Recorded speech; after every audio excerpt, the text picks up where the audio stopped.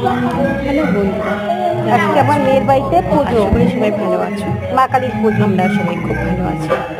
আমার বড় মেয়ের বাড়ি হচ্ছে মহুমা হাবড়া। ওর বাড়িতে এসেছিলাম পুজো। ওখানে যে মা আছেন না, মা কালী, উনি জাগ্রত, খুব ভালো, খুব শান্ত পরিবেশ, খুব ভালো হচ্ছে জায়গা। ভোগের সামগ্রী। আর মায়ের কথা ভোগ কি রান্না বলবো, বা একটু পরে।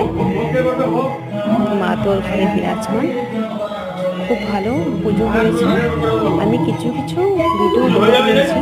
এদের এখানে না অনেক নিয়ম আছে, দেখো, যেমন একটা মেয়ের বিয়ে হয় না, সেরকম অনেকটা, যেরকম ধরো সিঁড়ি করা, হ্যাঁ, রাত্রি যে এখনো প্রদীপ মাকে জ্বালিয়ে রাখেন, বস্ত্র এটা তো পরানো হয়নি, শিবরাত্রিতে প্রদীপ বস্ত্র জ্বালিয়ে পরানো রাখেন, হয়নি।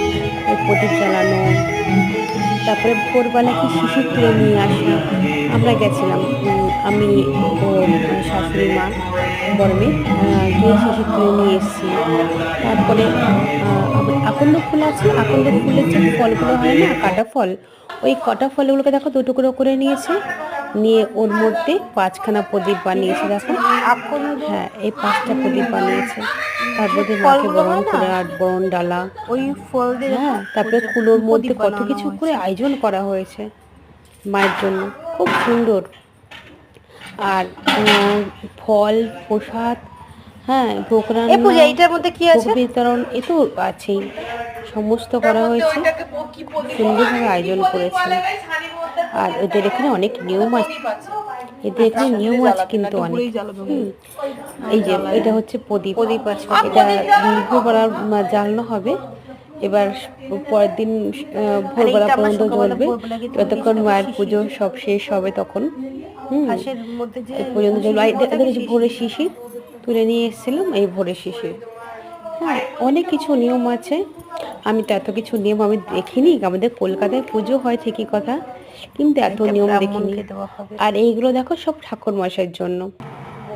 আর এত ফল দেখছো, এই ফলগুলো কাটা হবে, কেটে ভোগে ওখানে দেওয়া হবে ফল প্রসাদের সঙ্গে। এই বড় খুব এক সুন্দর গামলা। আয়োজন করা হয়েছে। আরও কিছু ছোট ছোট ভিডিও আছে, যেগুলো পরে দিচ্ছি আমি। হুম, দেখতে থাকো, ভালো লাগবে। আর সত্যি কথা বলতে মা খুবই জাগ্রত। ওনার বাড়িতে এসে না আমার মনে হয় যে খুব শান্তিপূর্ণ জায়গায় এসেছি। জানি না যে কি বলবো, মানে সত্যি হয়তো কিছুটা আশীর্বাদ পেয়েছি আমি, কেন এত সুন্দর একটা জায়গায় আমার মেয়ের বিয়ে দিয়েছি। আর এত সুন্দর, সবার ব্যবহার ভালো, আর মা তো সত্যি বিরাজমান। সবাই ভালো থেকো বন্ধুরা, আবার বাদ বাকি